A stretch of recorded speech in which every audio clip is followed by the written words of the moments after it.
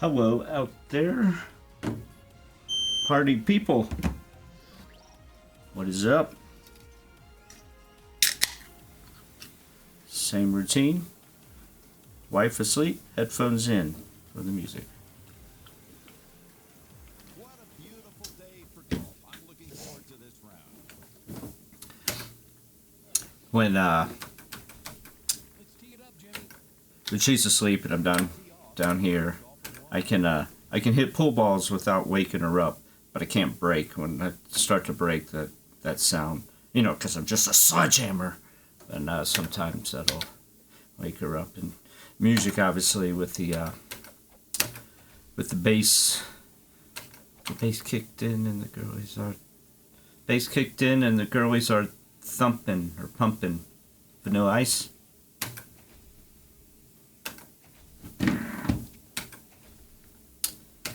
I'll turn this down so I don't talk too loudly. Hopefully. Alright, what do we got? Alright. Yes.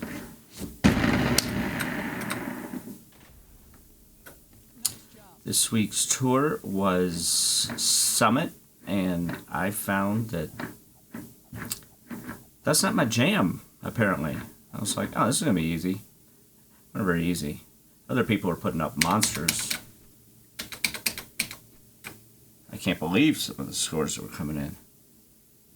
Some of those looks were tough. Really tough. I mean, some, just easy, but some of them, I don't know. I'd be like, oh, I got this, and I'd hit, like on hole 7, and hit the mountain sometimes when I was playing with stouts. I kind of alternated playing with stouts and Cosmos.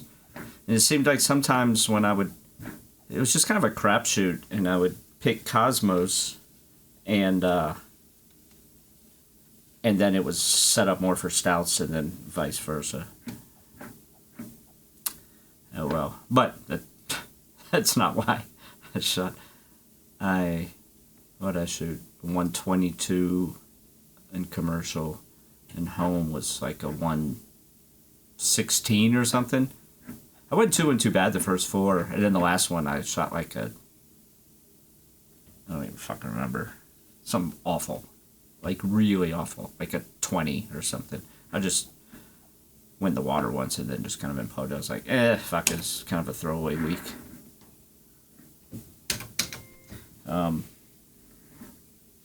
Depending on when you watch this will be old news, but on one of those rounds, Brock shot a fucking 32. And then I got a YouTube sent. I don't know if it ended up on Facebook. But someone sent me a YouTube of him acing hole 1 on Summit. Obviously with Cosmos, he hit a 7-degree medium tee with. If I remember correctly, I don't think it even had roll. It had like bite, and it just hit like a weird ramp or something. That fairway doesn't even look like it has a ramp. I don't know. And it went in so fucking fast. Like if it hadn't gone in, it would have been off the green in the back. Just nuts. So he aces hole. You're like, okay, cool. I aced hole 1, and then he still shot a 32. Like he still just kept raining in shots. Very impressive.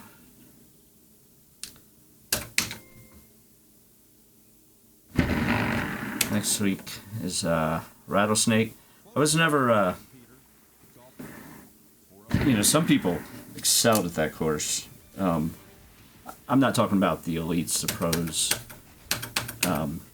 but like people like at my level, like that was just like one of their courses, and for some reason I found a hard time stringing clean rounds together.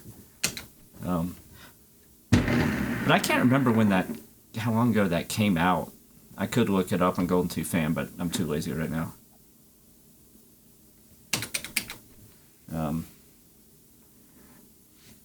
That might have been out during the time when I really wasn't playing as much, and when I was playing, I wasn't taking it, kind of seriously. I was just always hammered drunk and beating the ball around, just, playing a handful of games a week.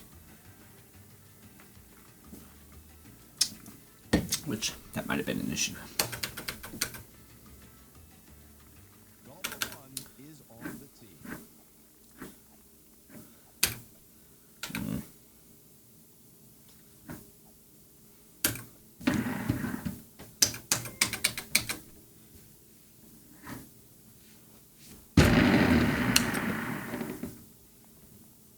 That's on. Nice shot. Golfer one putting.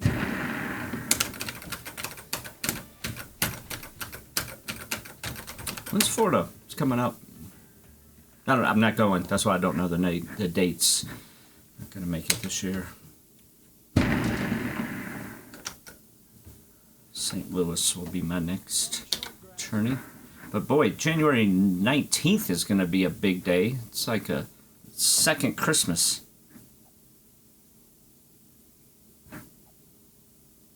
How aggressive do I want to get? Not very.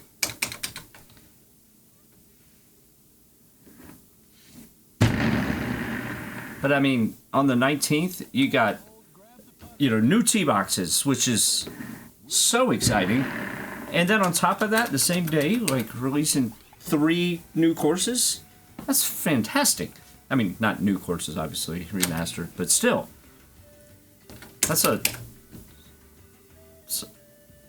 It's going to be hard to decide, like, what to play. Because new tee boxes, I feel like everyone's going to play the new courses, and I feel like that the new tee boxes aren't going to get the amount of practice off the jump. You know what I mean? Like, people are just going to be like 3 courses, and it's not like where if it was just if it was just the new tee boxes on the old courses, people would figure them all out very quickly.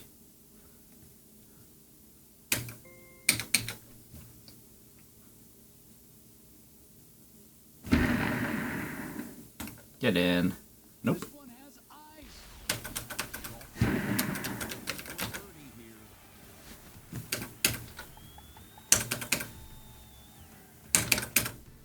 From the tee, it's golfer one.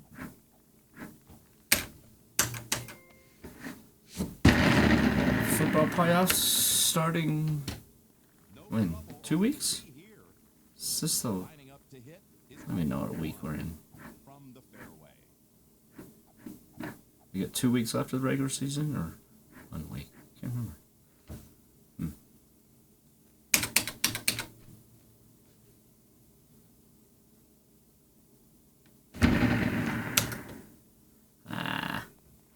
Let's see. Nice shot right by the pin. Golfer one trying to sink a birdie putt. NFL playoffs. January 10th, wild card. Jesus, that's next weekend? This is the last week of the regular season? I thought there were 2 more. Huh.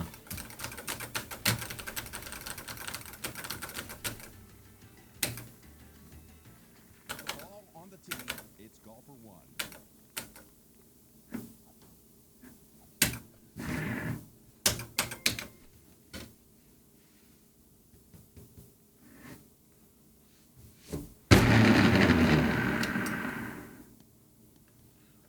From the rough. This could go anywhere.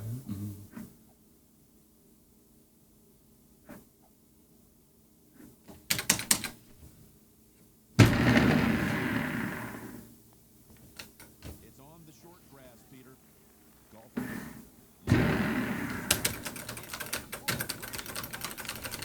Oh, Fort Collins, Tim Williamson, I bet. One better. Lining it up, it's golfer one. Colorado Brethren. Ah.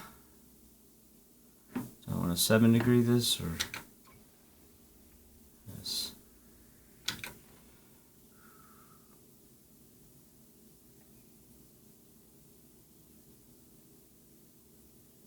I think we want to 7 degree it.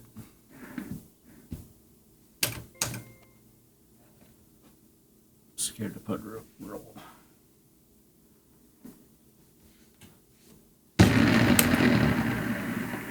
Should have put roll. Golly. Fly the green. Stouts. Is that wind too big to take this? Shit. 210. Shit.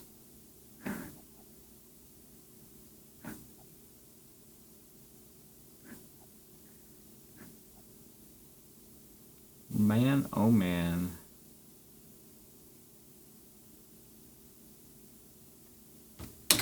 I hate this. But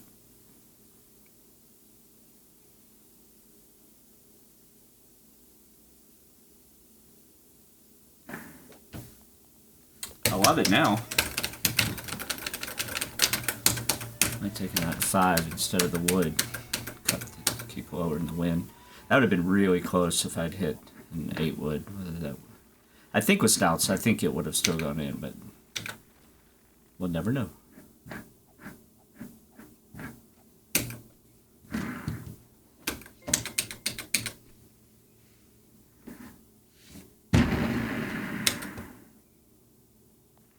Not leaving anything to chance here.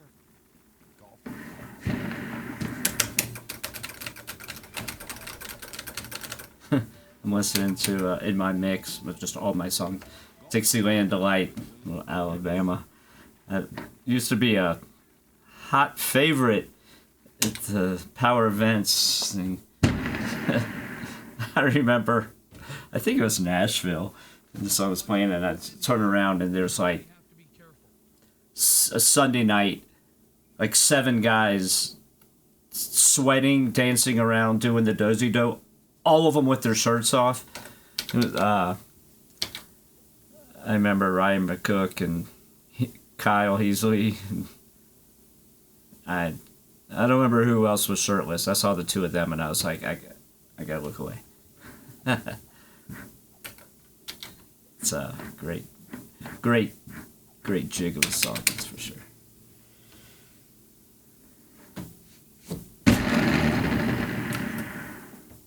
Get moving. Golf for 1 with an attempt at eagle.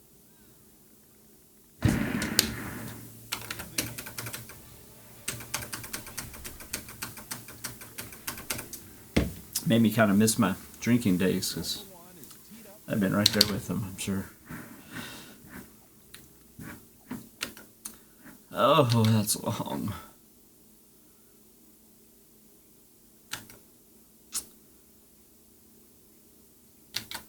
Lord, have mercy on us all. Let me double check this. Get my cheat sheet out. Ooh. I mean, on paper it says a 10-5 high goes, but I just know it won't. I mean, just barely. Like, and I have to nut a perfect 180. This is gonna come in so long and hot.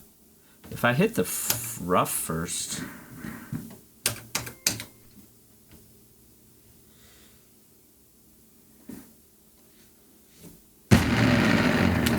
Hit the rough. You could stop a Okay. train with that All right. spin. Golf for 1. 1.5. Huh.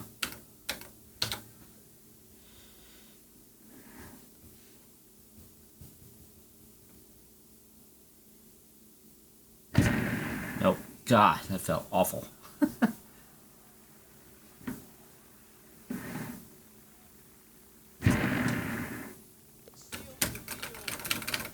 Boo. Boo. User error. I guess technically it's always user error. Well, not always.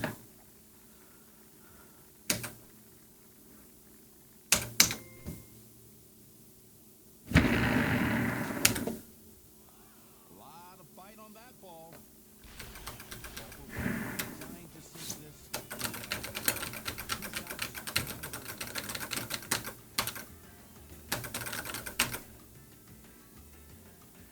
Ready to tee it off here is golf for 1.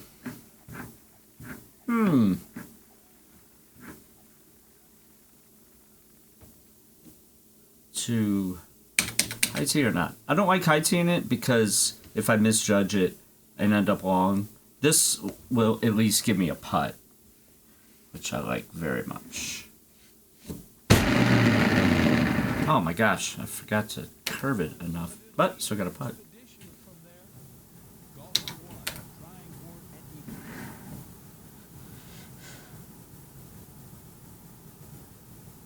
an eagle. Oh my gosh.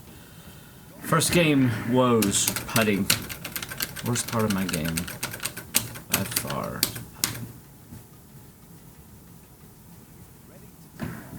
Oh boy. Oh boy.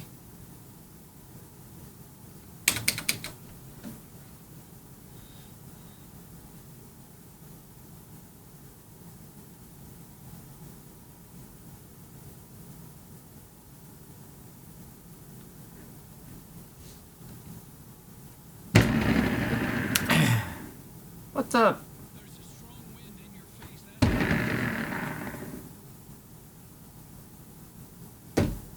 here again, it's golfer one. Gosh. That's a super lie, Jesse.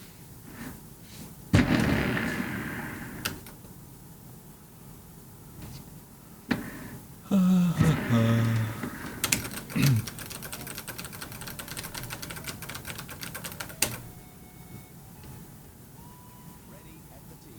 It's golfer one. This isn't bad.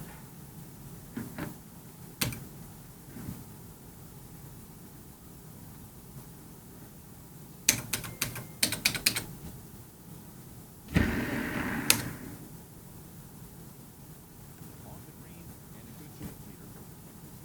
Golfer one looking at a birdie putt. And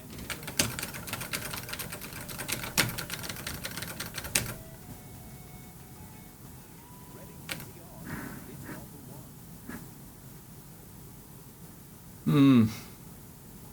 I hate this.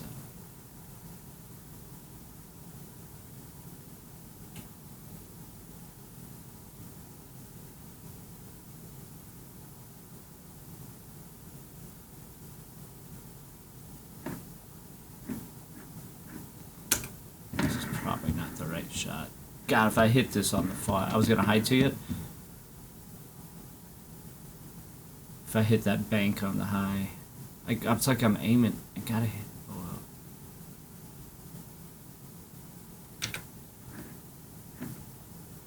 I mean, this is a shot I just have to clear the bank and not go in the fringe.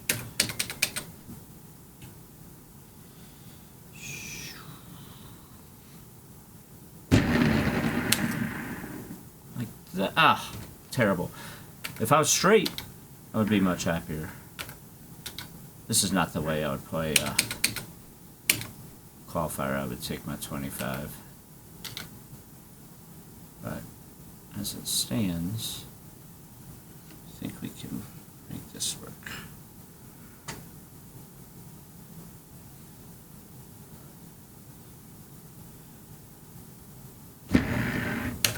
No, one more click maybe. That is some tough rough.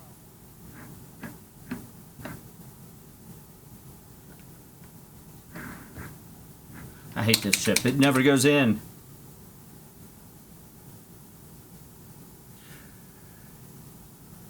Always breaks off. Alright, we're gonna play it. Alright, we're gonna quit this. We'll call that a practice round. A new era of Golden Tee is here. Welcome to Golden Tee PGA Tour. Alright. Now I'm ready.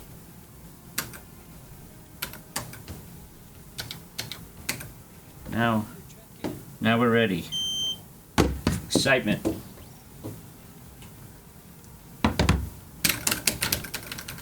Okay. Now I'm gonna play like qualifier. I tell myself I'm gonna do, and then I didn't do it. I could have just taken my 20, pretended I got up and down there and taken a 25 and just kept playing. Oh well, we'll just call it the 9 a.m. warm-up round for qualifying. It's not 9 a.m. It is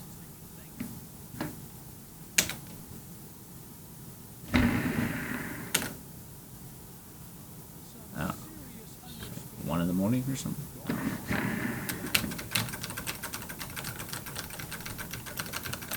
It's okay. Tomorrow's Saturday. I got nothing going on. I can sleep in.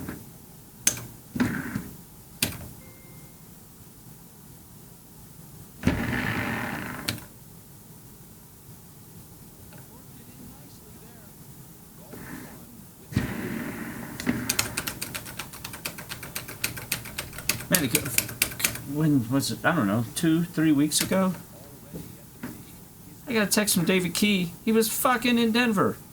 And he was, I can't remember what he was asking. He was like, oh, is there, I can't remember, he was asking me something about where to go, or asking if there was a place with a Golden Tee machine. He was asking if it was a good place to play. I was like, you're in Denver?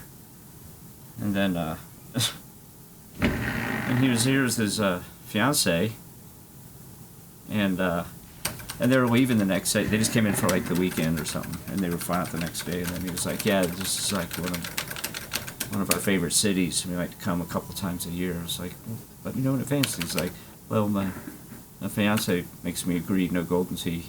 But yet he started the conversation with, is this a good place to play Golden Tees? And he also said, I hope I'm not divulging any secrets, I don't think so. I think he's got a lot of secrets that wouldn't count for this.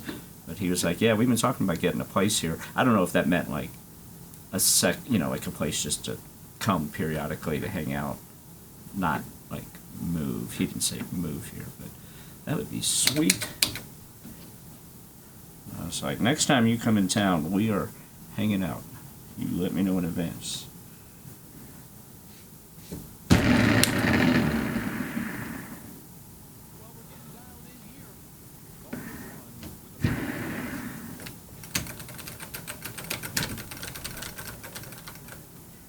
I'm gonna try to stop with the buttons. I do it out of habit, and when I watched the last stream back for a little bit, I was like, oh my god, I'm annoying myself.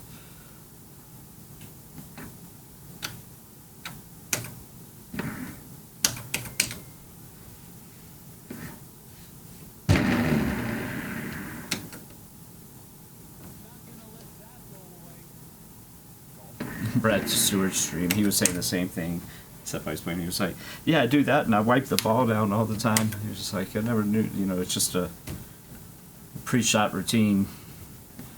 It's like you don't even realize you're doing it over time, so you watch yourself. It's funny, when I do my button thing, I notice it's like the same pattern, the same rhythm. It's like the same number of, or however I do it, it's, if I'm not thinking about it, it's the same. Alright, that works. Expect a little more distance with this light tailwind. That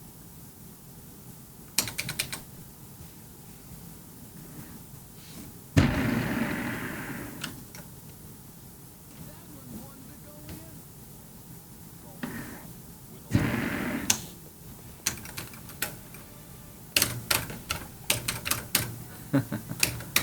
There it is. Maybe it's not the same every time. Maybe it depends on how long it takes the screen to load.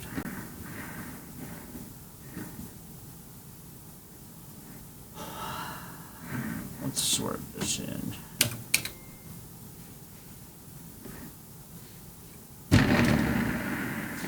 Not like that. So what, going back and forth between Stouts and Cosmos, I have lost my ability to swerve Stouts in. I used to be, not that I would drain them, but they just seem to be consistently closer. Like I would come, within a pretty close radius, and now, like that wasn't even close, and it's just, and I overjuiced it, and it's just, even though I tell myself, you're not playing Cosmos, do it less, I still seem to do it.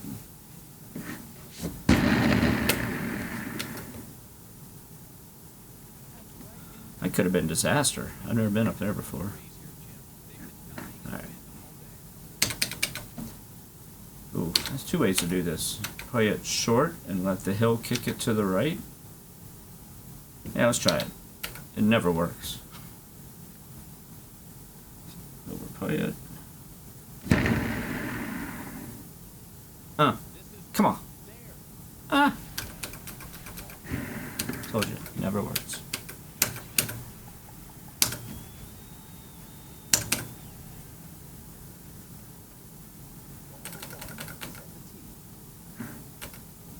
I like it when the pin's there because I don't have to worry about trying to go for that dirt.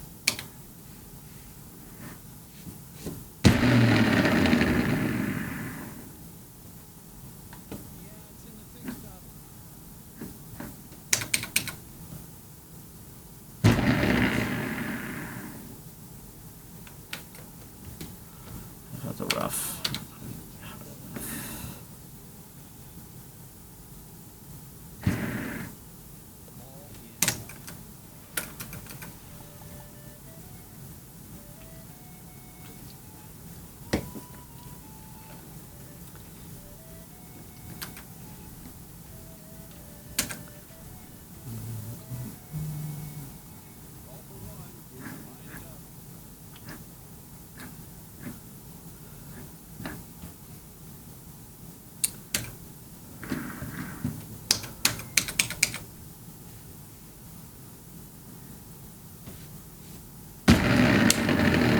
Oh no.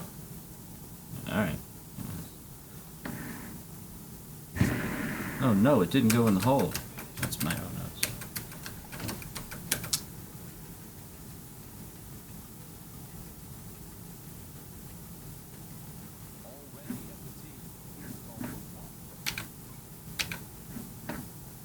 Haven't heard this song in a long time.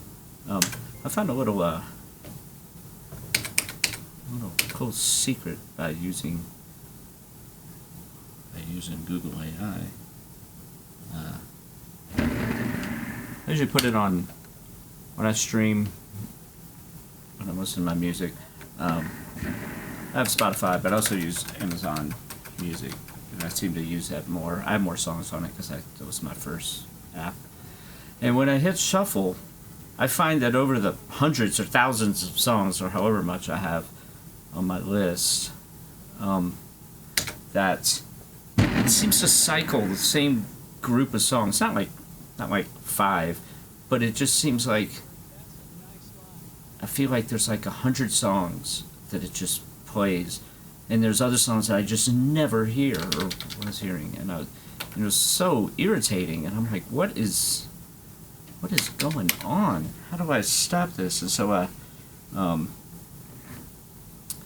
feels like too much. So I'm like, how do I fix this? So I searched it in AI, and it said to go to your, open the Amazon app, not the settings app, not in settings and then apps in general, and then find the Amazon app and clear the cache. Not that. You go to open the Amazon Music app, then you click on your name, then you scroll down to settings, and then there's a whole bunch of crap you go through, and it's towards the bottom, and there's it's kind of hard to see. You might miss it because it doesn't really stand out, but it says clear cache. So you clear it that way, and then you scroll all the way to the bottom, and you hit refresh my music, and then when you go to hit shuffle again, like I'm hearing this old Van Morrison St. Dominic's preview, this live version that I forgot I even downloaded, and I'm like, shit, I haven't heard this in forever. Yeah, so this seems to work. So if you use Amazon Music, and I imagine, well, I don't think on Spotify I seem to have that problem as much. I haven't tested that out because I guess I haven't needed to, but I probably should, because there might be songs that are not hidden. But I don't have nearly as many songs. Like, I have probably a couple thousand on Amazon Music, and I probably got a couple hundred on Spotify, so. Alright.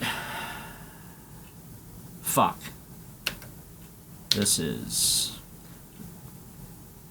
unfortunate these trees are in the way of a hook. So with usually what I do is I stay to the left of the green because I know I can clear the water and then go for a chip, but I don't like where that pin is. If you miss that chip, you're going to be a long way away. And it's out of the deep rough, but, you know, it is what it is. The goal here is just not to go in the water.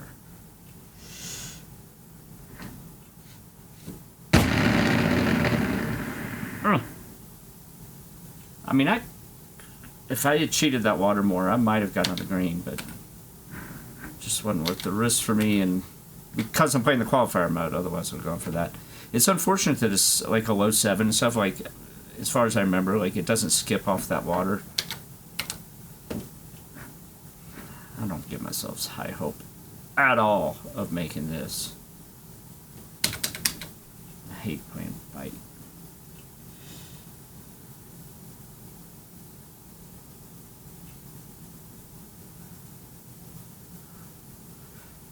This little bit.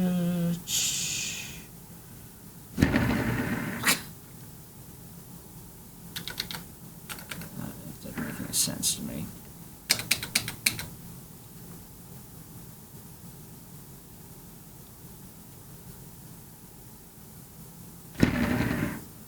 Oh my god. Gave myself 98.9% chance of that chip. And I didn't. Damn it.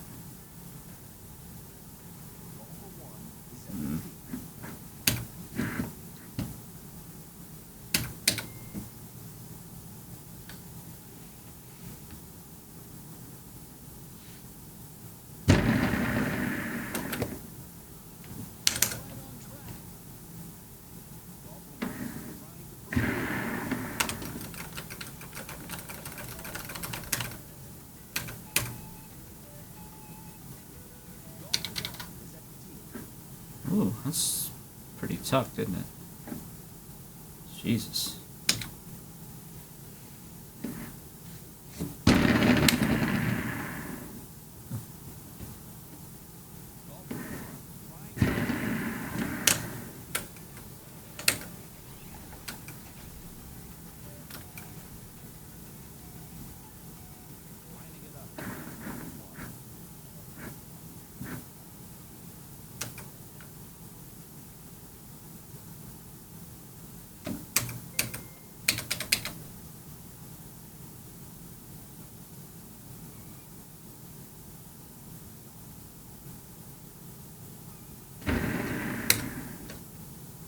Bullshit.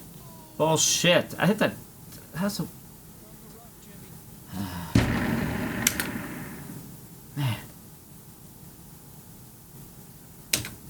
This is not going according to plan. I might end up with the same score as I did the first round. Oh no, I might get my 23. 25, I mean. Maybe. Maybe. Alright. I don't mind this so much.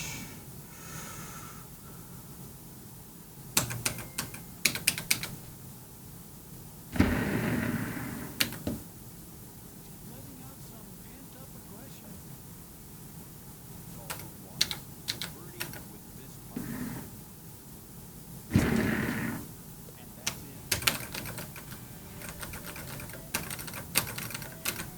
it. Alright, alright.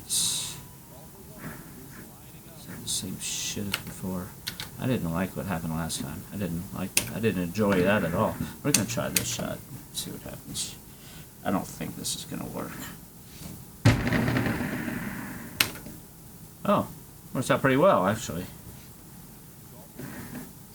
I hit that face a lot in that shot. Alright. Oh, I told you I could have just taken my 25. That is just awful on that course.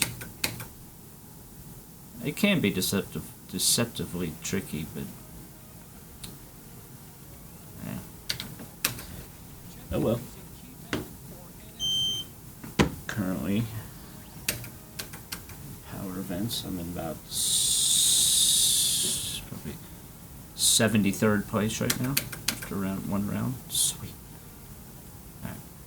What a beautiful day for golf. I'm looking forward to this round. Maybe not that long. Depends on the event, I guess.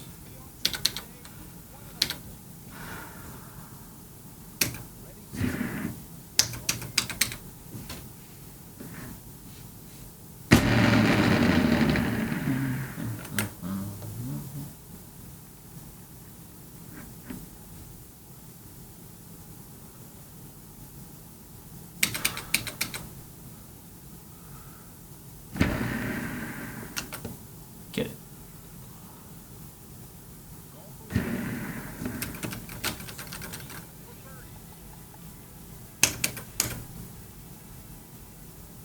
Oh.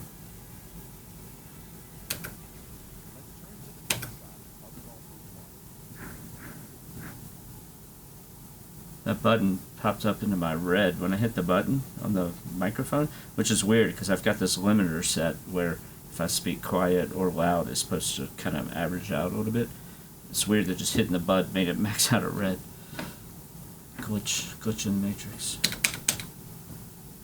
Cool story, bro.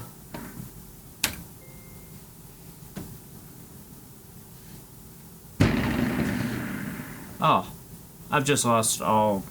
Oh my god, I'm not in the water? Look at that. It sure looks like the water. Think it'll hit those weeds? I've never tried this before.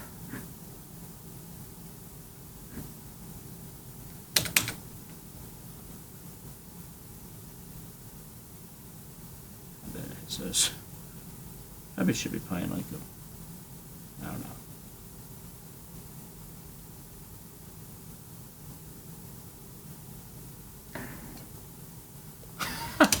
Routine. I hit it not in the mud, in the water.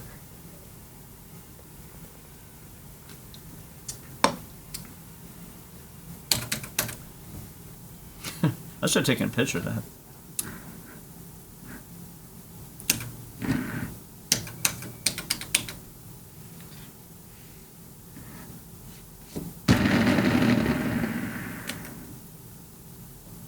I hit that first shot.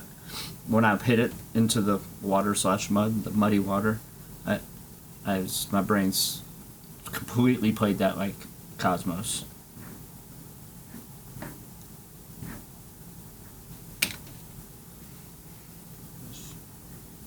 Told you before, can't do two things at once.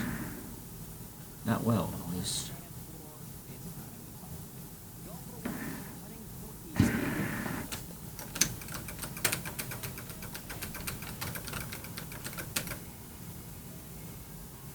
There was my rhythm. Ugh.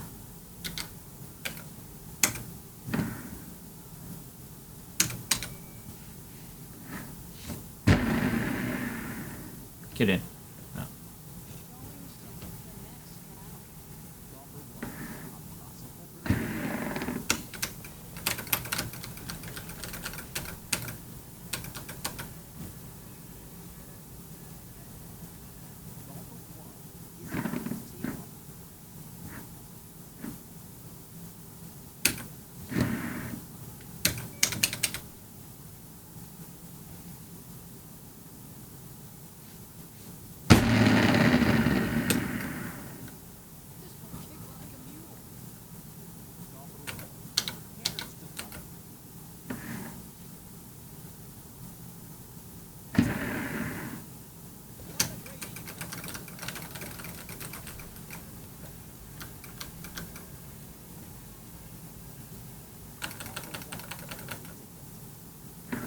This course is going to be very interesting to see when they do the new tees. I hope they don't dumb it down. I mean, even if they dumb it down, there's still so many of these greens are surrounded by water. A lot, actually. So.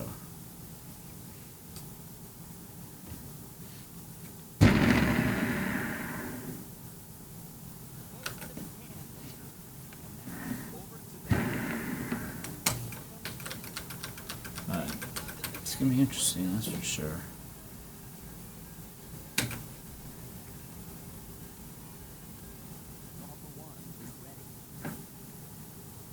I mean, where else are they gonna put a tee box in this hole? Back there. Back across that water, I guess. Which, and over. Oh, probably back behind those trees. It kind of looks like a tee box. Back by those rocks. Who knows? It won't change much. You know.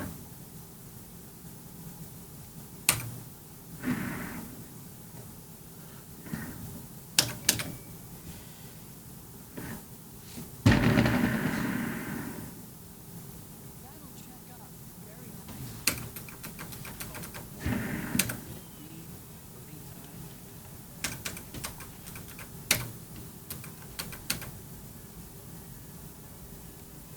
Golfer 1 is teed up and ready to hit.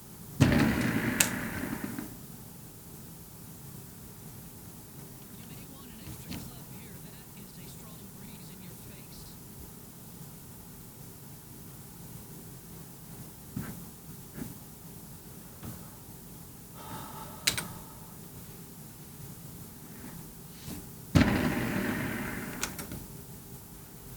Really nice.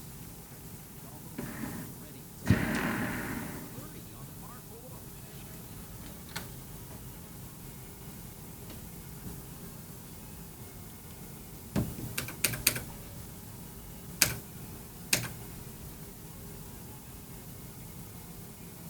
Golfer 1 is ready to go.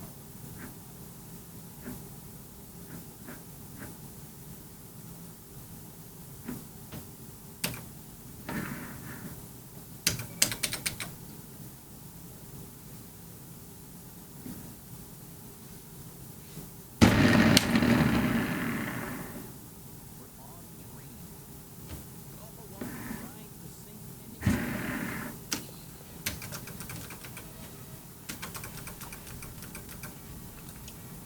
What song is this? Oh, man. Ooh, great song. Golfer 1 is lining up. Very little known band that's been gone for a long time called Acoustic Junction. They were fantastic. Formed out of Boulder, but the lead singer is originally, I think, from Vermont. It was him and his brother that started it, but man, they're a good band. Great live band. Reed Bell is the lead singer. He's still doing solo projects, but it's real slow singer-songwriter. These guys are upbeat or fun, but just incredible songwriters. Had a pretty loyal following. They played kind of small clubs, which made it awesome because I've loved them so much. And every time you see them, there'd just be, 200 people instead of a huge place. You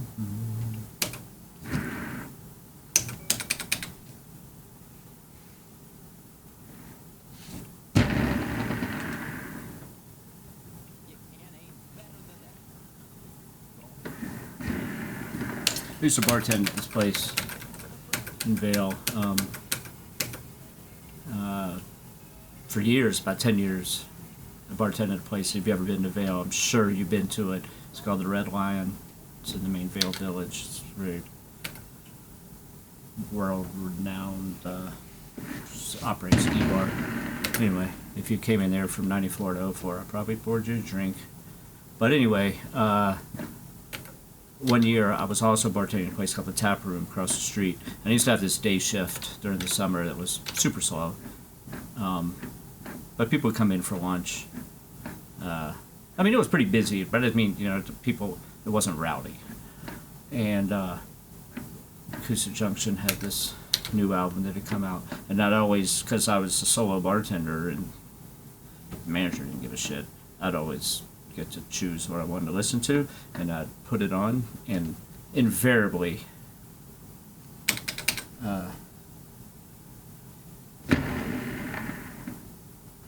multiple people would come up every time and walk up and go, "Do you know who's playing? What this music is?" It's Hoosier Junction. And that's how good it was. People stopped eating their lunch and walk up to try to find out who it was. For the days of, Shazam. I don't know why. Sometimes it just stops playing. Oh, I think it must. There we go.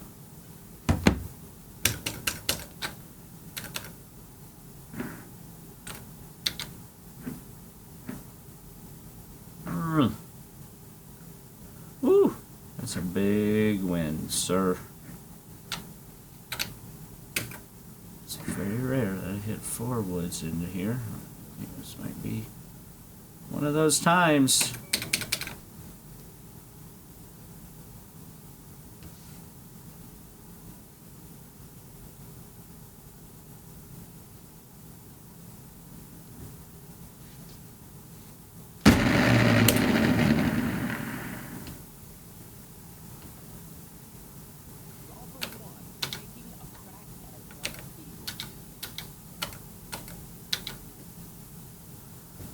Guess I better not hold that back.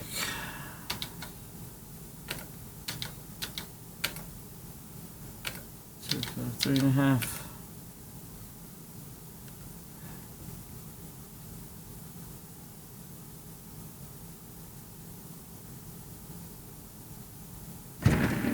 Oh, what the fuck? That is weird.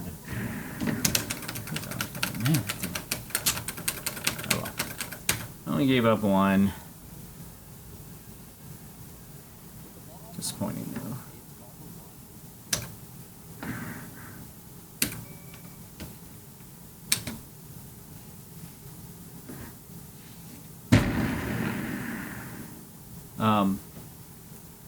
Speaking of bands that weren't very big, kind of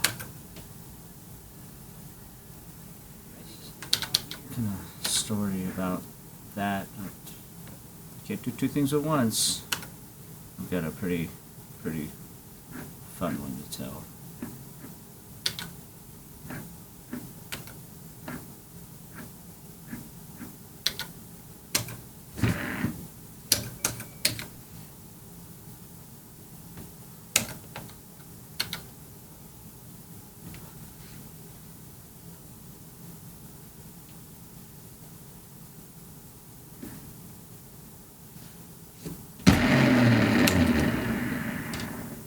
Oh man. Ah, that is highly disappointing. 125? I wonder if I can shush that.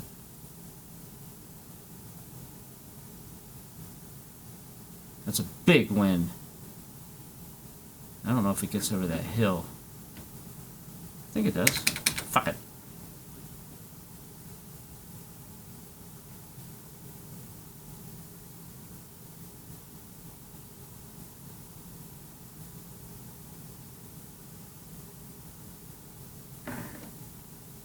Oh.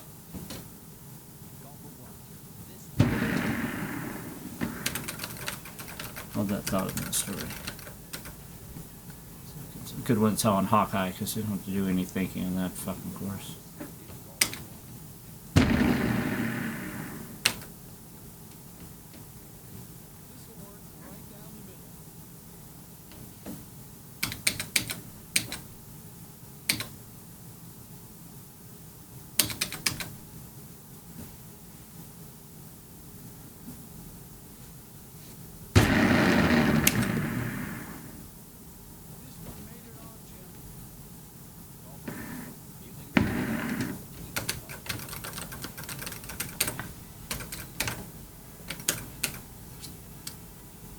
Do, do, do.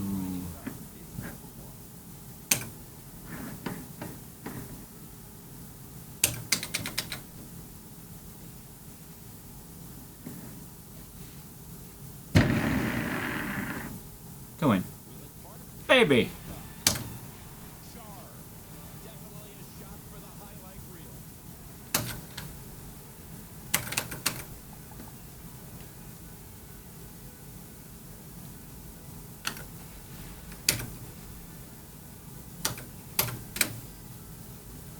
I should text Steve. I got a hole in one. All right. Do not misbehave.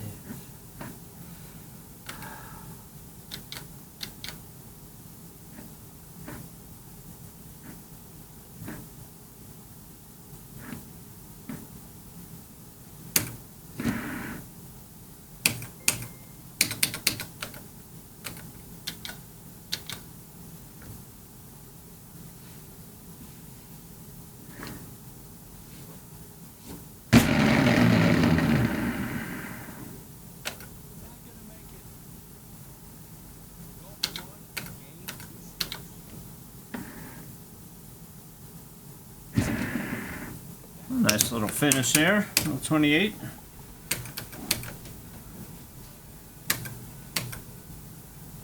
So, a story, music story. I am old as fuck, and I went to college in the fall of '89, graduated in spring of '93. And in 91, I think, my sophomore year, either sophomore or junior year, I went to a very small school in Virginia. It's called Hampton-Sydney, just like 1,200 kids. And for 1,200 kids, they still had like 12 fraternities, but the fraternities were small. They were probably had 50 members or something. I don't know. Don't quote me on that.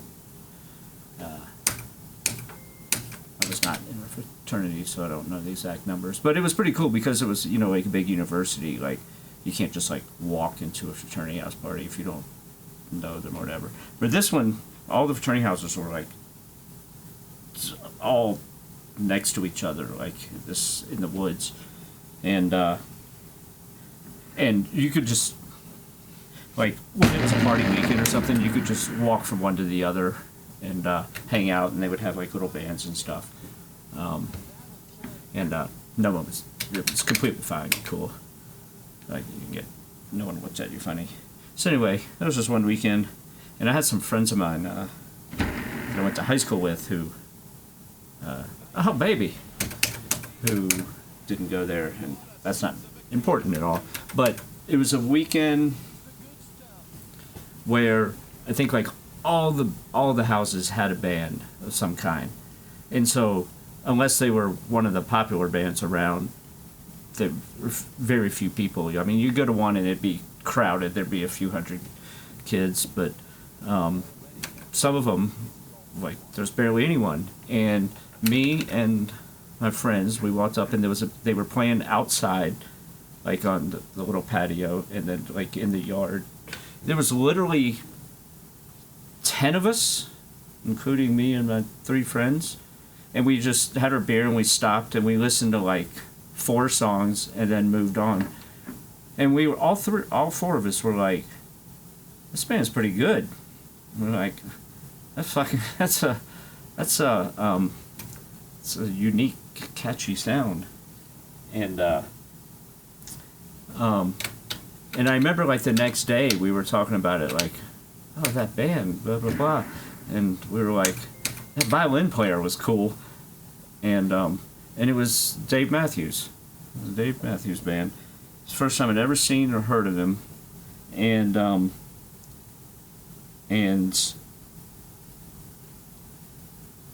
then I started asking around, and it was very quickly that everyone knew about him, and bootlegs started flying around the campus, and oh my God, Gates that whole one, or whatever it was. So yeah, bootlegs started flying around, and so we were about 45 minutes from Charlottesville and 45 minutes from Richmond. And every Tuesday night they played for $5 at this club in Charlottesville, and every Wednesday night in Richmond, a place called the Flood Zone, and for $5. And every show, it was every week, and every show was the same. Dave would come out by himself, play like 5 songs, and the rest of the band would come out, and then they play their full show. And then they play fraternity parties and stuff. And this is long before they had an album. But my first tape, and I must have listened to that thing fucking thousands of times. It had 6 songs on it, and you know, a lot of bands,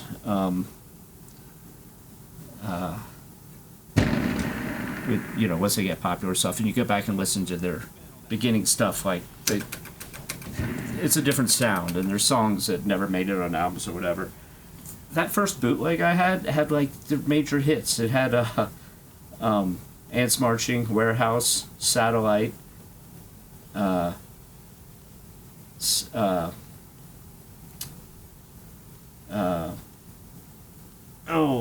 So Much to Say, I think, and Minarets, and can't remember. It was either 5 or 6 songs. And so anyway, I used to go and see them. You know, I'd go a lot, and I went so much, and I wasn't like super fanboy, but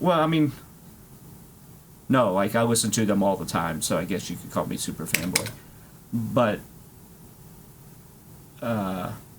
to the point that I used to talk to Dave, and he knew my name. You know, when I'd see him, he'd be like, "Hey, Chisholm," and no, "Hey, Chisholm," or however he talks. Actually, he doesn't talk as weird when he's not on camera or on stage. It's more normal.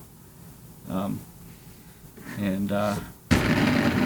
it was you know, it was just cool to see a band, you know, that you can say I knew a band back before they made it big, and not only that, they were playing the songs that made them big.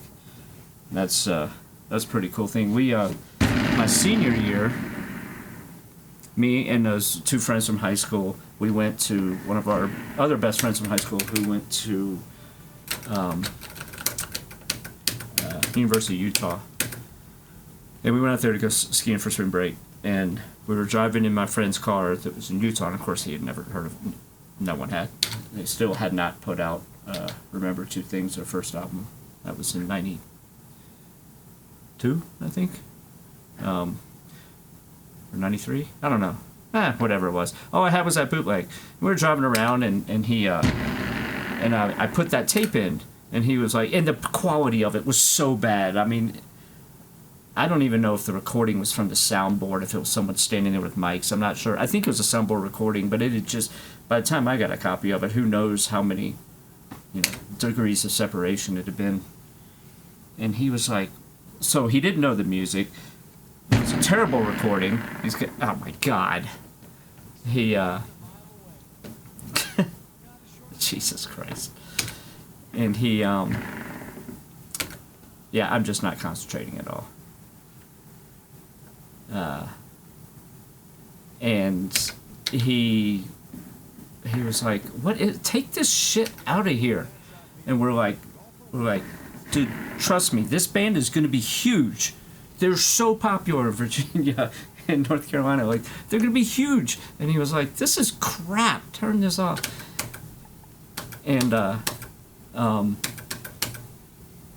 then like a couple years later, 2 or 3 years later, I called him up, and he graduated, but he was still living in Salt Lake. I was like, hey, what's going on? He was like, oh, nothing. He was like, man, we just yesterday we went and saw Dave Matthews. And I was like, oh yeah? He was like, yeah. And I was like, where did they play? And he was like, oh, blah blah blah amphitheater, you know, with like 15,000 people. I was like, remember that spring break trip and that tape you were ridiculing that you put in there? And I was like, this band's gonna be big. And he was like, shut the fuck up. Like, yep. He was like, oh, damn it. And he laughed about it.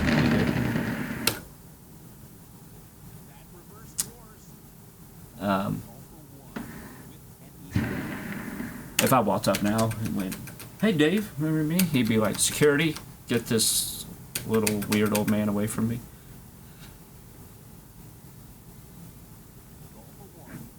But was probably the only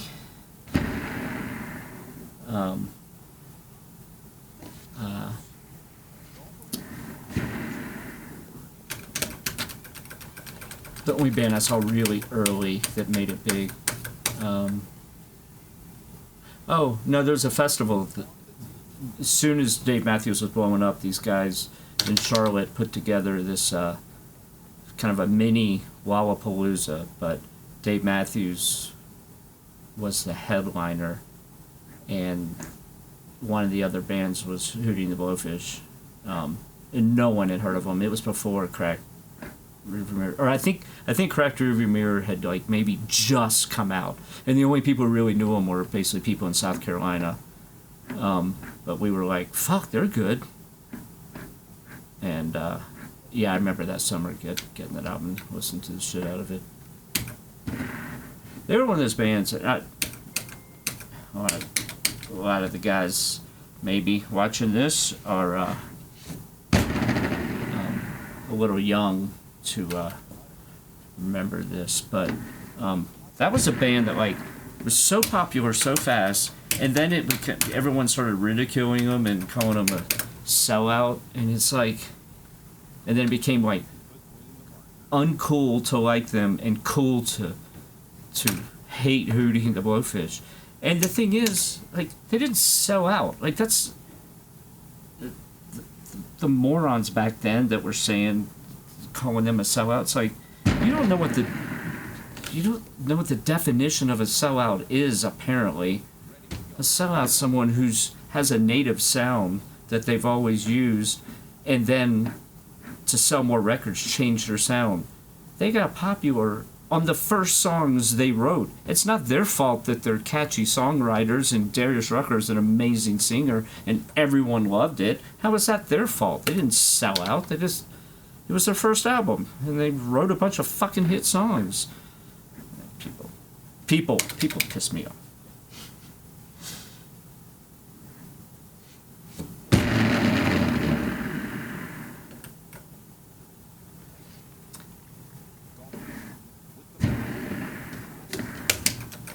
I'd be doing much better here if I hadn't been talking. Jesus. I feel like starting over this round, but I'm not going to.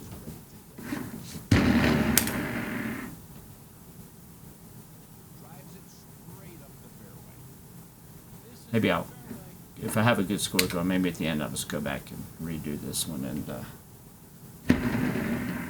see what my cycle score would be. I don't know, let's see. Not for you people, I just mean for me people.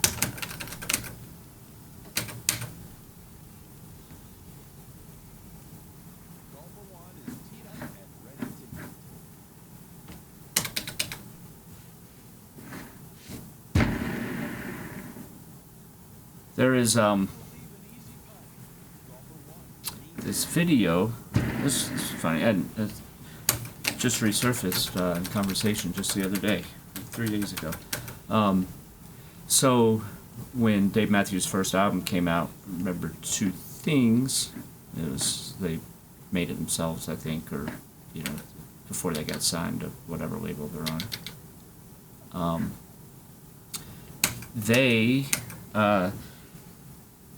like the album had like just come out like that week, and there was a record store in Charlotte called the Record Exchange, tiny little independent record store, and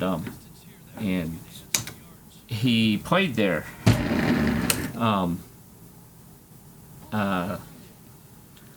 And I had a little VHS-C camera, one of those cameras with the little mini tapes, and it was packed. The store is tiny. I mean, it maybe held like 70 kids or something. And Dave played, and I stood on the counter, and he was only about as far away as about that poster from me, but the store was long and skinny, so the kids were like off that way. But I was kind of right in front of him, and I was standing on the counter so I could see, and I was filming down on him. And he played 5 songs, and Corin Capshaw, his manager, came up to me and was like, "Man, I'd love to get a copy of that tape," and hand me a business card. And so I sent it to him, and I had that tape, you know, obviously, and for years, and I gave a copy of it to friends of mine, not that many, just a few friends, and then like over the years I like misplaced it, and I don't know, it's got to be in a box somewhere, and I was looking for it. I've looked for it a few times, and I never could find it, and I was bummed. And then something happened. I don't remember if I searched or if I stumbled upon it, but all of a sudden or maybe it was on Facebook page. So there's this guy named Jason Stessel who's a gigantic Dave fan, and he has all these archived recordings from professional grade ones to, you know, shit when he first started. It was just terrible quality recordings. And I can't remember if it was a song that appeared on Facebook and his page from that, or if I just saw it on YouTube. But anyway, my tape, my full recording, ended up on YouTube, and I was like, and this was just a couple years ago, and I was like, what the fuck? I was like, where did this come from? And I'm like, because I know none of my friends put it on there, and the only thing I think is that copy that I sent to Dave's manager. He must have, you know, someone got a hold of it, you know, 6 degrees of separation, till it found its way on there. But if you put in, if you care to watch it, it's an awesome recording. The sound, even as my little camera, came out fantastic.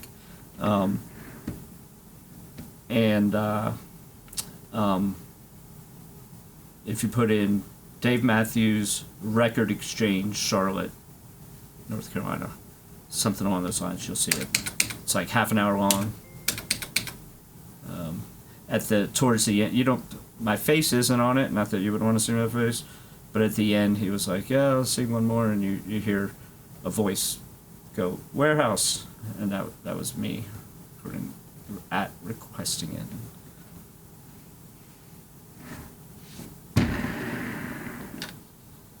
And then so then a few days ago, a friend of mine who used to watch that tape, whatever, was like, dude, I saw it on Facebook, and it said recording credit Chisholm Woodson, and I about freaked the fuck out. I was like, yeah. So when I found it, I contacted, because my credit wasn't on there. They didn't know no one knew where it came from. This Jason guy, like, he didn't know who recorded it, exactly what year it was, and when I stumbled upon it, I messaged that Jason guy who had posted it, and he was the one, I think, who uploaded it to YouTube, and he said he doesn't remember how he came about it, but I told him the whole story, and he added me as the video credits. Still waiting for my checks to rain upon me.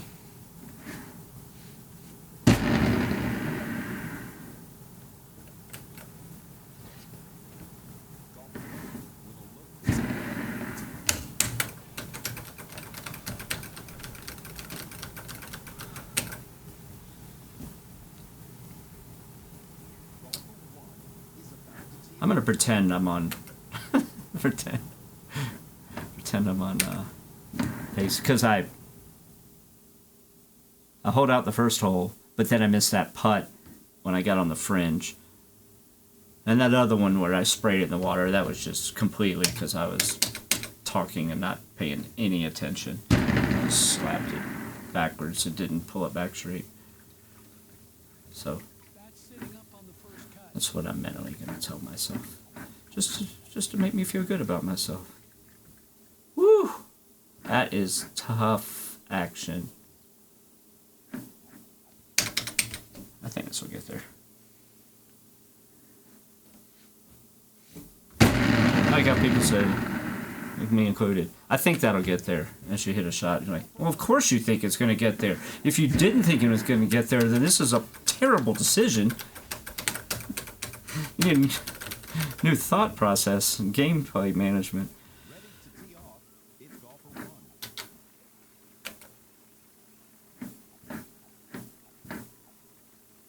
It's like I was giving shit to Woody the other day when we were playing. I got up early, like I had a hole out, and he had missed a putt, and he was down 2 or something. We were playing like a coma, and so every time when he would burn a hole, it wouldn't go in. He would go, God, man, I'm really trying. And then I turned to him, I was like, as opposed to all the other golden tee shots where you're not trying. You don't try any of those. But now, this moment, you're really trying. He was like, I like to give him shit. He was like, well, I'm just saying. I'm like, ow. You're just looking for acknowledgement that you hit a good shot that almost went in. I saw it. I watched. Yeah. I'm not going to give you any acknowledgement. We have to give each other shit.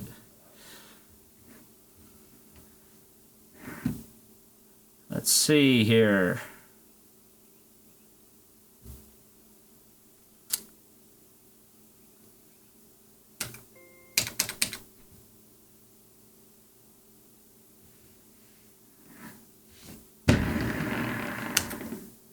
Pretty good. Oh! I'm trying. I'm really trying. Trying hard.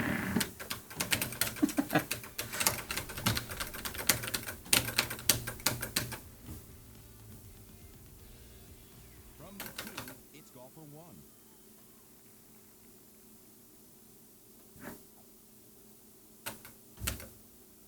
This is going away.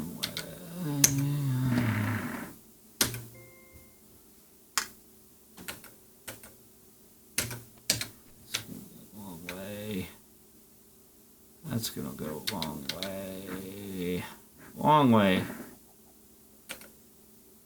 I don't want to lay off of it.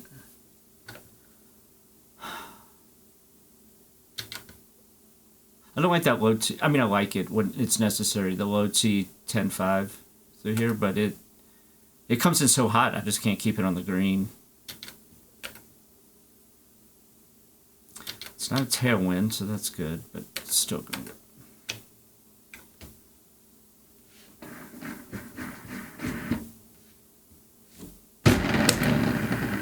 Sit. I knew that was going to happen. I don't know if a 6 would have got. I think maybe a 6. 6 is just terrifying me.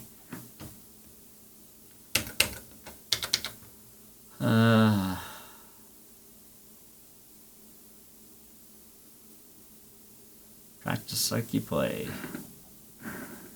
Oh, if you're playing a cycle thing. This is a bailout.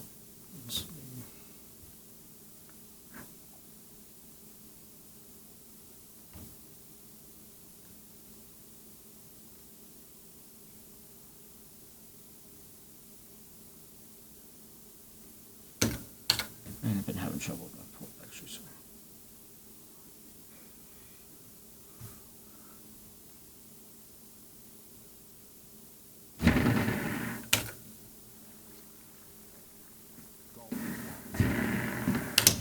I'm gonna credit myself for my cycle of 27 because you people distracted me. So 25, 28, 27. So that's 3, 4, 5 over 25.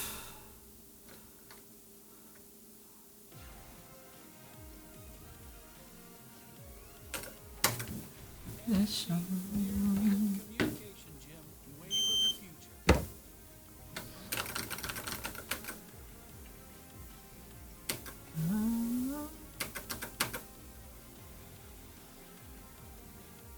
Great weather and a wonderful course. I'm looking forward to this round.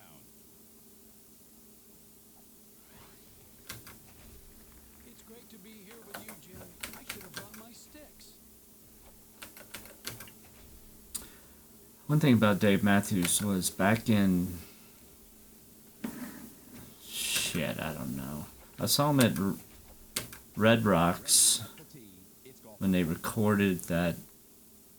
I mean, he's got so many live albums now, but it was like one of the first ones put out by the studio. So Red Rocks double CD live. I was at that show, and then the next time that he came to Denver, he played at Mile High Stadium. and I was like, paid a lot of money. I was sitting nowhere close to the stage. All around me were like a bunch of 16-year-old girls screaming their heads off, and I was like, I used to hang out and watch him play 3 feet away. Like, I'm never gonna go see him again. I've been there, done that. No thanks. And to tell you the truth, I don't like his new stuff. I like all his, his first 4 albums. Not that I don't like the new stuff. I just don't listen to new shit. But anyway, I'm just like, I was like, yeah, I'm not. This is not what I consider enjoyable. Spending this money, sitting this far away around these screaming, rabid teenagers.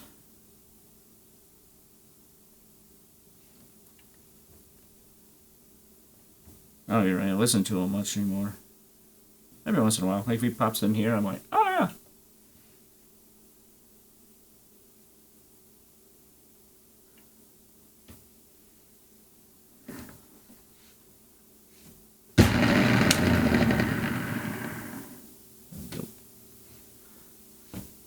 That's a big wind. 150, 180. Oh, this might work. The 5. It's me close. Come on, baby. 5, hopefully.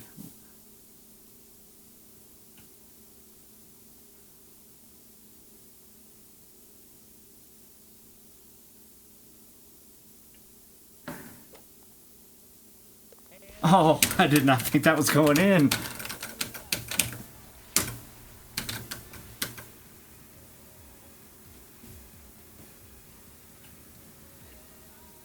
Golfer 1 is ready.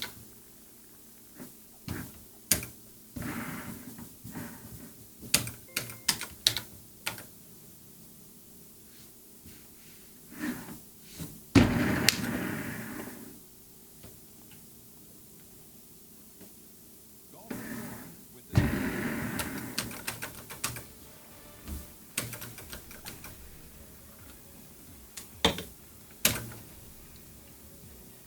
with the ball on the tee, it's golfer 1.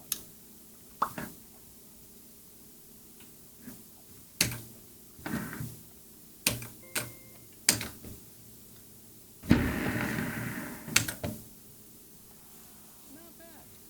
Golfer 1 putting for natural birdie.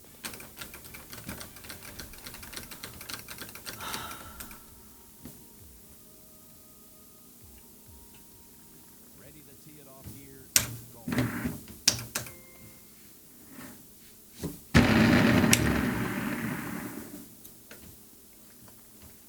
He's got a breeze in his face. He might want to put just a little bit more on this one.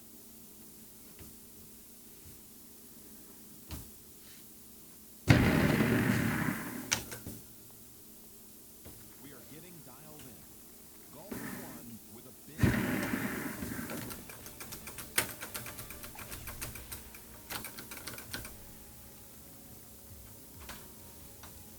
golfer 1 is teed up and ready to hit.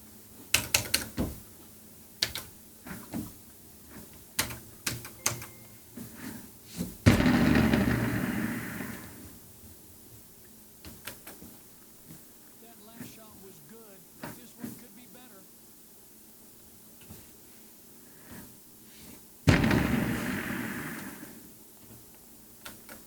That was Golfer 1 poor effort. birdie here.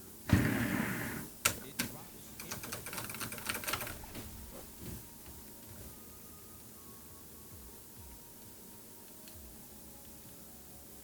Ready to tee off. It's golfer 1.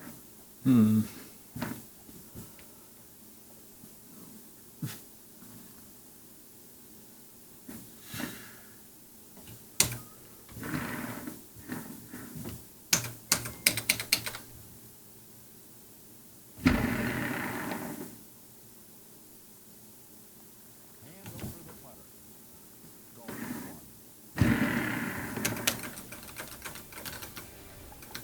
1. 11. Who's an 11 under?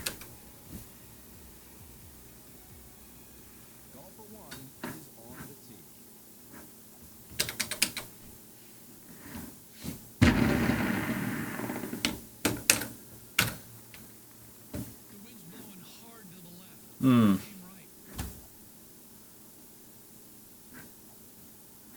I don't trust a full here. If I don't overjuice it. Just such a. It's. I'd rather just play for a longer putt.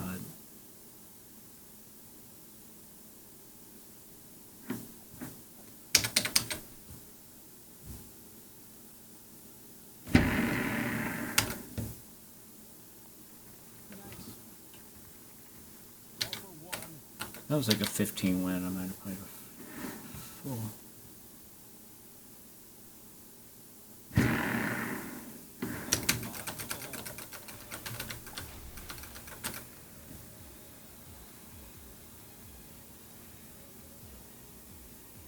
Golfer 1 between players.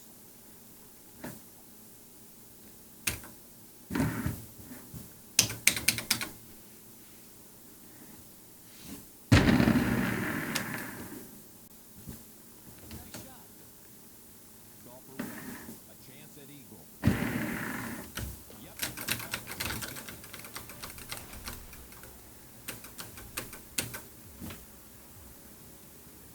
Ready to tee off. It's golfer 1.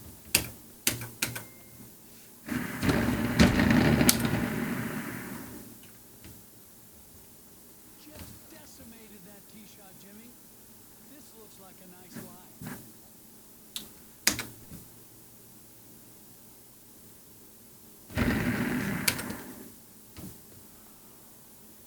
Very good.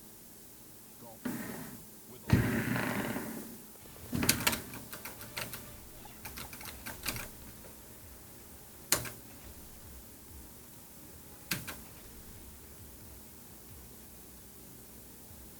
Golfer 1 is about to tee off.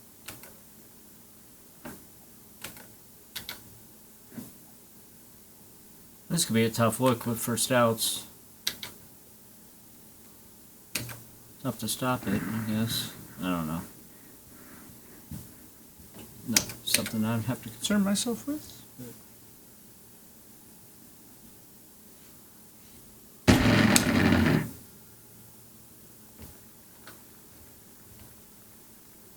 I don't even know what you do there. So it's a high 8.5. I don't know if a high 10.5 would have gotten there. If high 10.5 would have, I guess you just have a chip. I don't know. Yeah, high 10.5 should have gotten there. Just make a chip.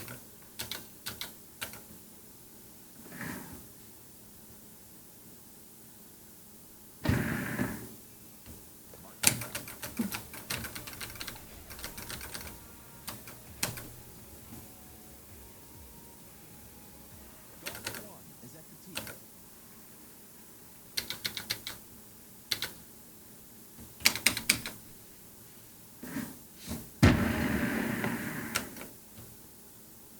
With that wind, I like to go this way. The middle. Golfer 1 sitting on the fairway.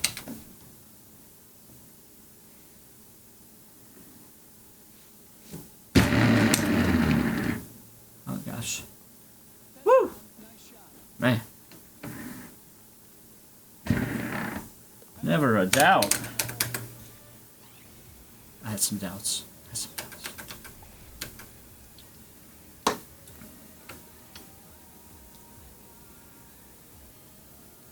Golfer 1 is ready to hit. Hmm. Let's see.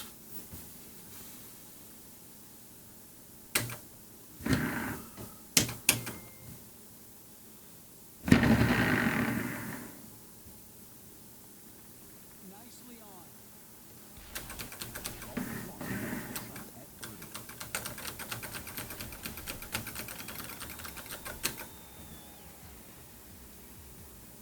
Ready to tee it off here is golfer 1.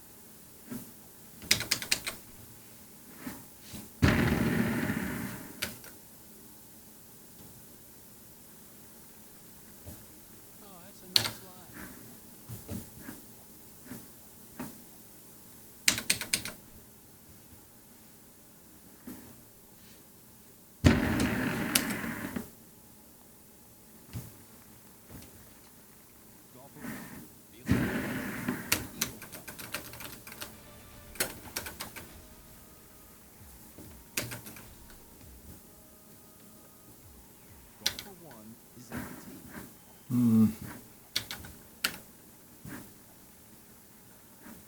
wind. That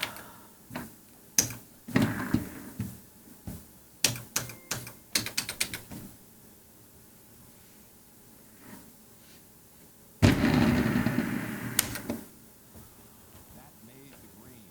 Nice shot. Golfer one, a chance at eagle. To finish out the hole.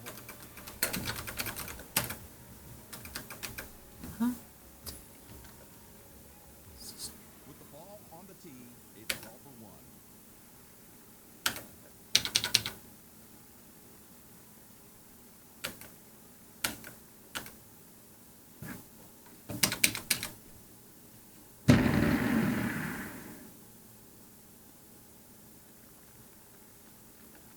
I'd expect no trouble from here.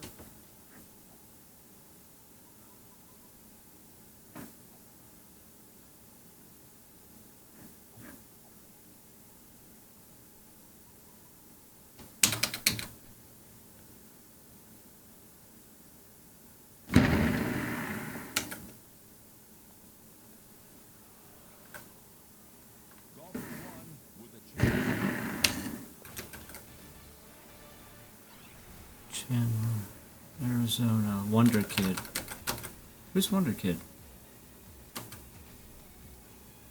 I should know who that is. It just the Arizona's throwing me off. I gotta figure that out.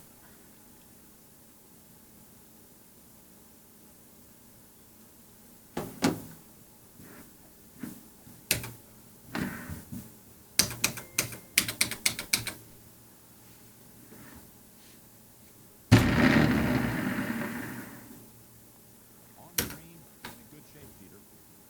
Golfer one, looking at a nice birdie putt. In the cup, Jake.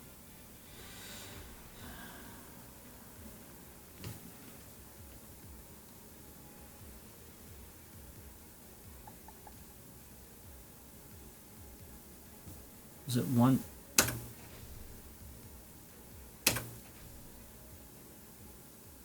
Golfer one. Was it with a U? It was, wasn't it? Oh, let's see. Oh no, here it is. Luke Rataj? I guess I don't know who that is. Rataj? No idea. Let's see what his handicap is. 28.44, world rank 45. Oh shit, I guess he doesn't go to power events. And if he does, I haven't met him.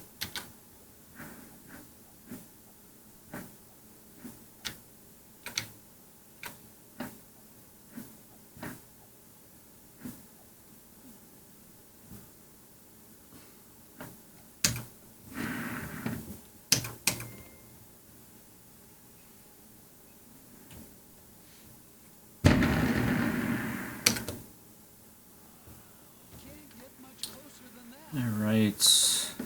Trying to see. Let's say it was 1, 2, 3, 4, 5, 6, 31.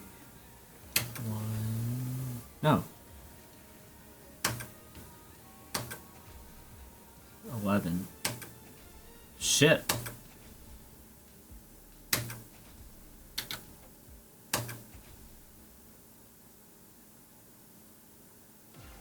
Even if I don't give myself those 3 strokes, I think 25 would give me 33. Or your cardless ID number.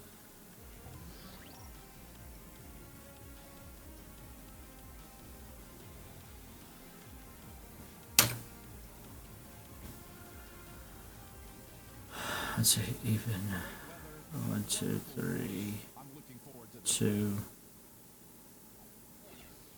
2, 8, 8. Yeah, 25 would give me a 33 under. Still taking that 24 on Hawkeye.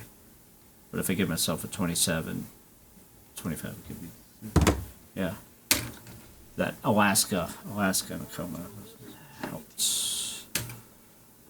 tremendously. Just can't dog it on this one like the last time I did on stream. That was like one of the worst shows I've shot in a long time. And of course, of course, it first came out. Got behind that one. Let's watch the finesse. Remember when I felt like I accomplished something huge when I shot a 30 on this course. Sorry, 30. Yeah, I felt accomplished. No, a 23 when they first came out.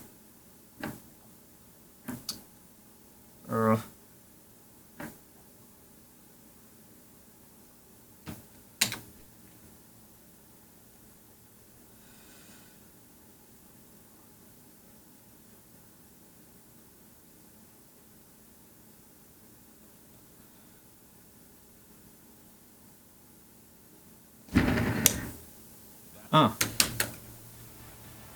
Die like. That was a killer golf shot, my friends.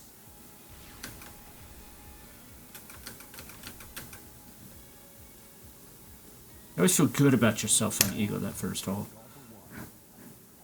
Or this one, but especially the first one. Especially when you eagle both of them. That's when you're... a bit too high. The one I'm not getting to that correct. Gosh. It's way too far left. Damn it.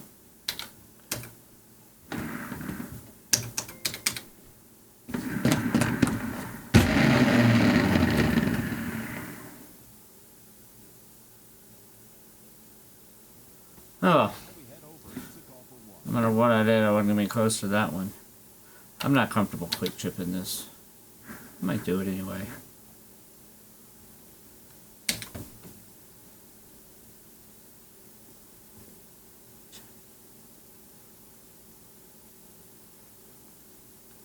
This is so stupid. Alright, let's see. Let's try this. I always, a lot of times, forget about this punch shot.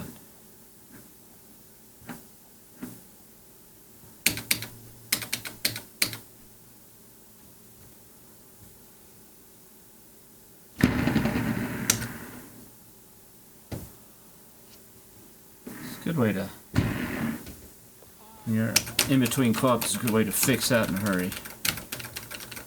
And give you a good chance of making it. I didn't look at my shot painter to see if I missed it or if the wind took it.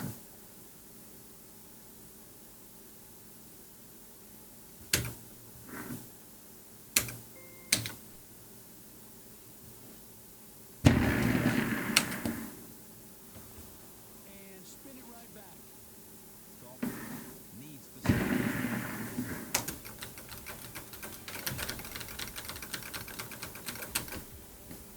A lot of eagle. I guess a lot of people eagle the first hole. Lining it up. I wonder if they played it differently now. They like somehow get closer.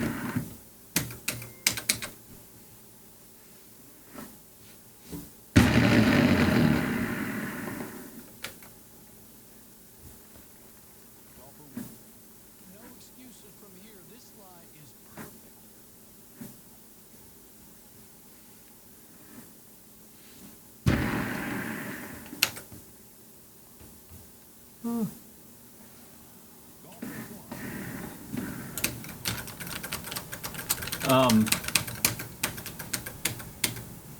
That band Acoustic Junction, I found out about through, used to be this compilation album called Aware Records.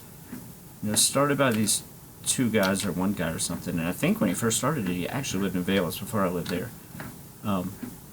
And what he did was he found unsigned bands that he liked and thought was good, got them to put one or two songs on, and then sold the album. And then in the liner notes, it would like that each band would have a full page of like their kind of history, how to contact them before the days of internet, you know, how to order an album or write to them or you know or something, whatever it was, email, and they ended up making a shit ton of albums and had a bunch of famous bands that weren't famous, unsigned at the time. Dave Matthews was on it. He was on the second one. Um, let's see, ones that I can think of. Matchbox 20, except they were called Tabitha's Secret. And 3 a.m. Song 3 a.m. was on it. Oh, there's so many. Train. Hootie and the Blowfish. Evelyn McCain. Oh my God, I'm missing some big ones. Vertical Horizon.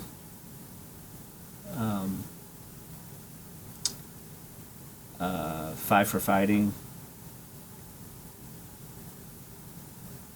But then there was some bands that like it was cool, like that I became big fans of, that like never either had an album out, or some of them like never put out an album. They just like kind of recorded this to kind of get on there. You know, they probably just had like bootlegs or something, and then probably ended up breaking up or something.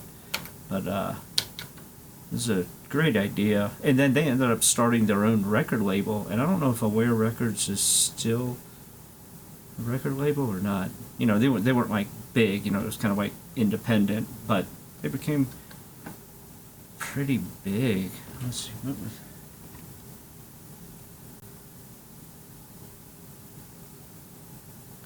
what are some of the biggest bands that were on Aware Records label? Founded by Greg Latterman in 1993. He became famous for discovering major mainstream artists.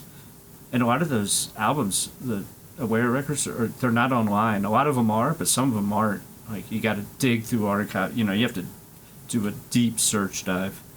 Oh, John Mayer.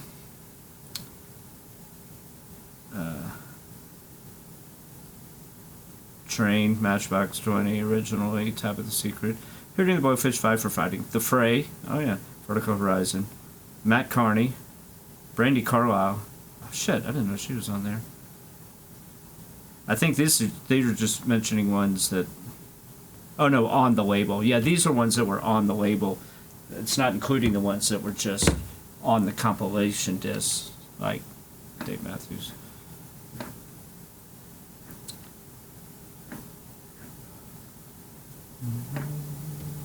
To this day, there are songs that I downloaded and listened to that I discovered on that I've never heard of after that.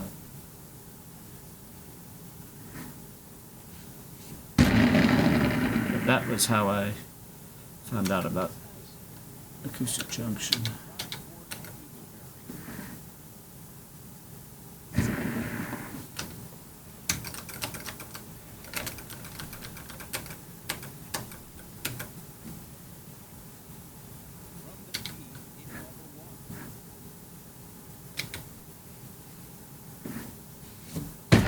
Guster, if you know the band Guster, they're a great band.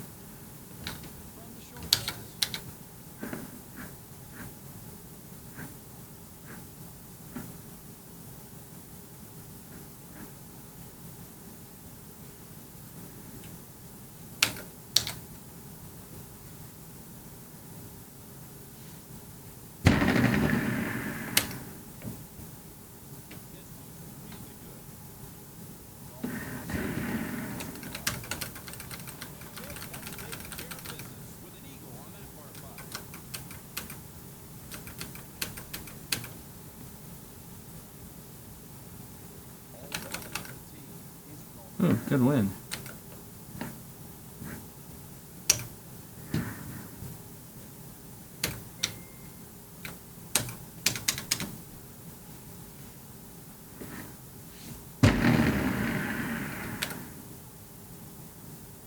Ah, boo.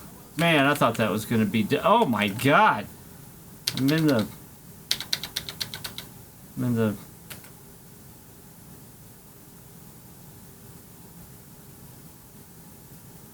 Labia Majora.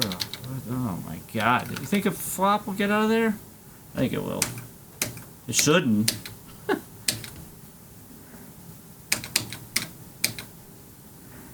Maybe it'll go bonk, bonk, then go in the hole. Shot of the week. Ah, it could go over. Unbelievable. That is such a bailout option. I love that they put that in the game just because it makes it easier for me when I get in situations like that. But I hate that they put it in the game because it was fun in match play to have, you know, like maybe you're like, oh, I'm screwed, and then something like that would happen to your opponent, and you're like, uh-oh, I just made 2 strokes back up instead of 1. And then you were always like, do I go for it like there? Like, obviously I would have punched out in the fairway before that. Just making the game easier for everyone sometimes.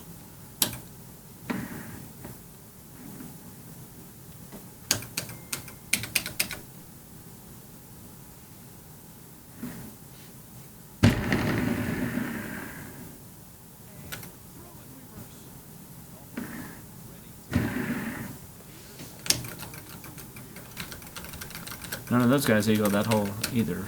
When I say none, I mean the other 2. I don't know about the people below me though. I wasn't paying attention.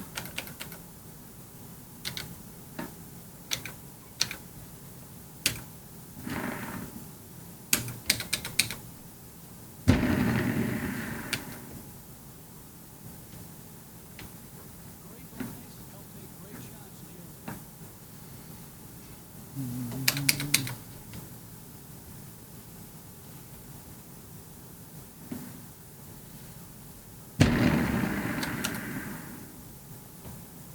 look at this. What a shot. Golfer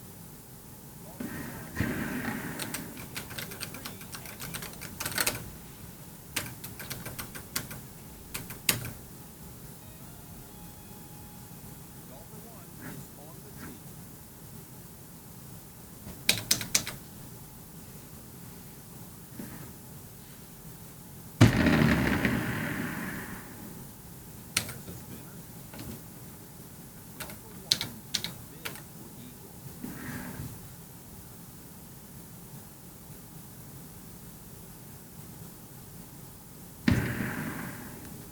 And this clearing the caches thing on there, there's songs that are playing that I haven't heard in so long. I don't even know what song it is or remember downloading it. Changes by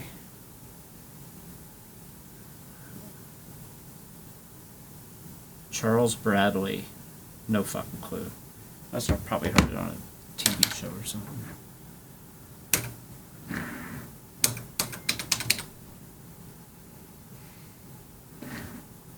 It's got a raspy voice.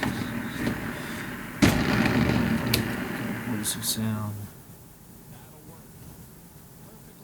I like speaking of that, Ray LaMontagne. He's fantastic. If you ever listen to him. His voice does not match the way he looks.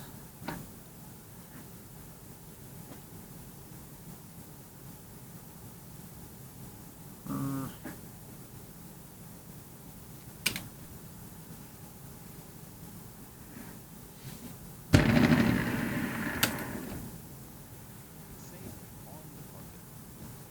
Golfer 1 feeling the pressure on this eagle shot.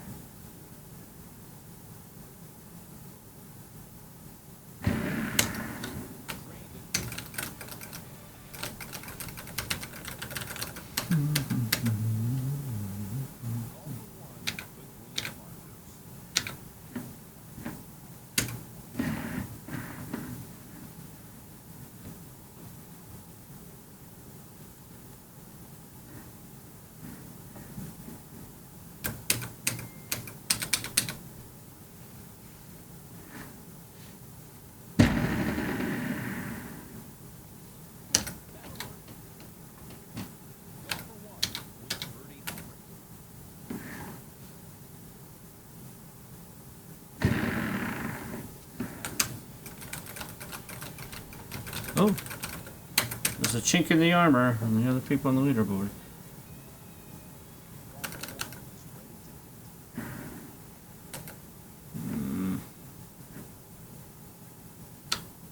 Not a fan of this.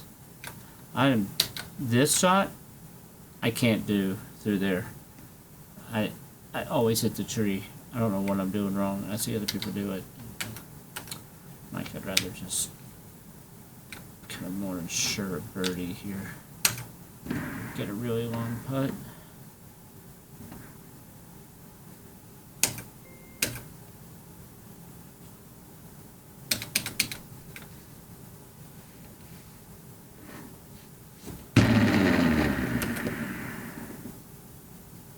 Ah! Oh!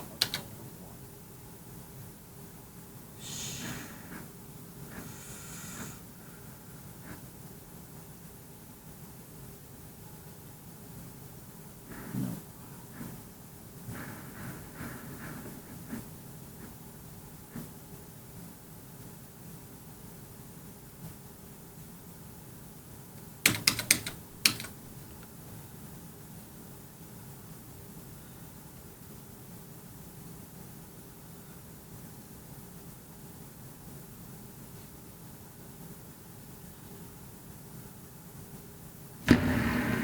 Oh! Thought I made it.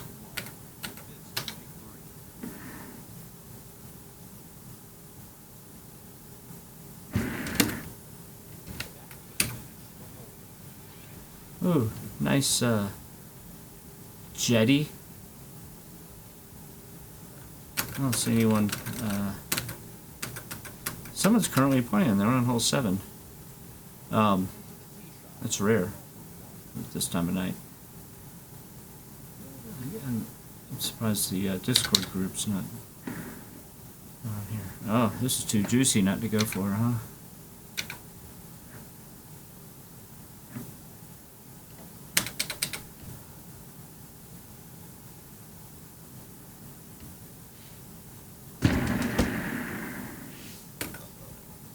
Oh, that was good.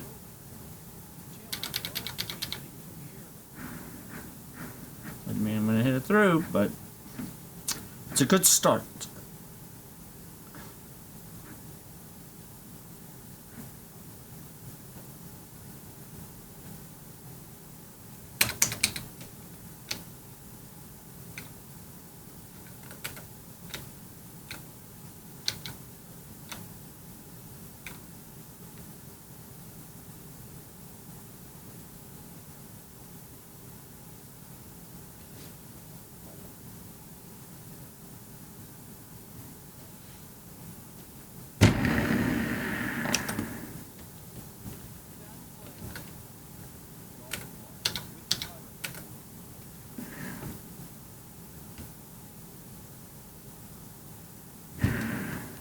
Oh my god! Oh, after that shot.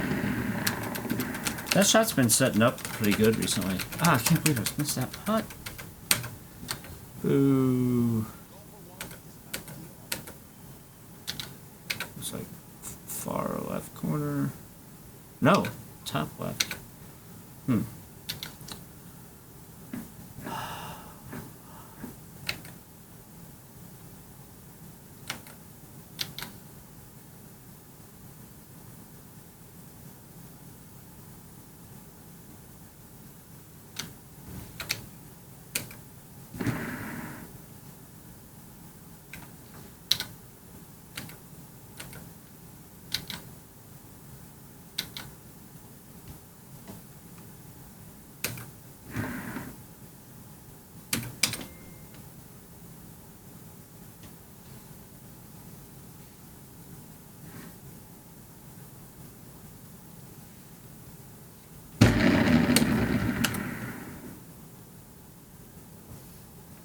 Oh.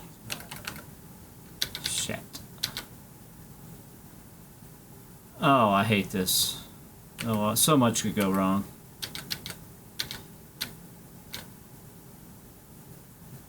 If I was regular rough, I would go for it. I just don't know this. Just puss out.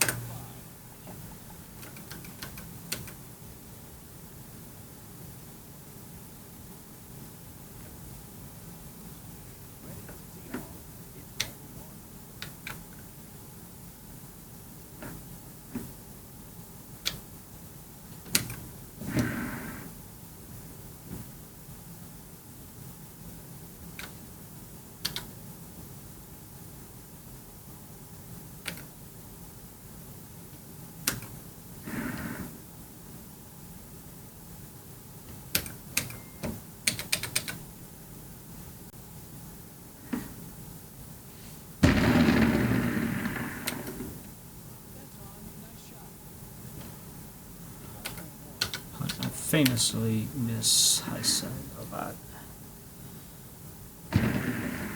Not this time.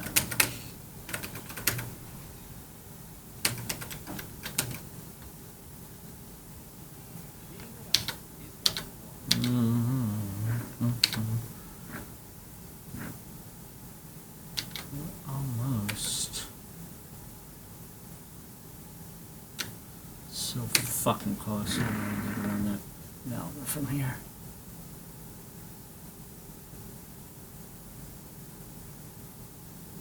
So close. That tee box was a little further forward.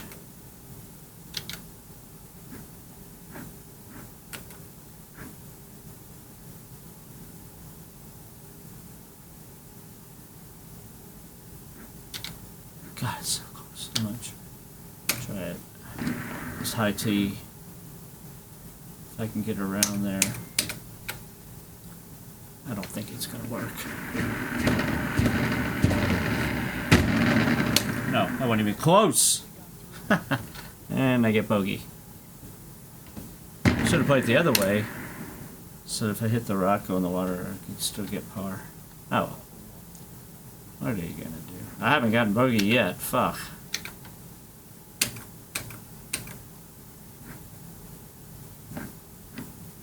Is this what you're supposed to do here? We're gonna find out. Ooh. It's kind of a tester.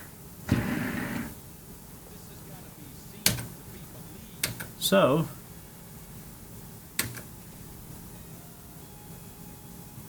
if I didn't adjust my Hawkeye score, that was a 130.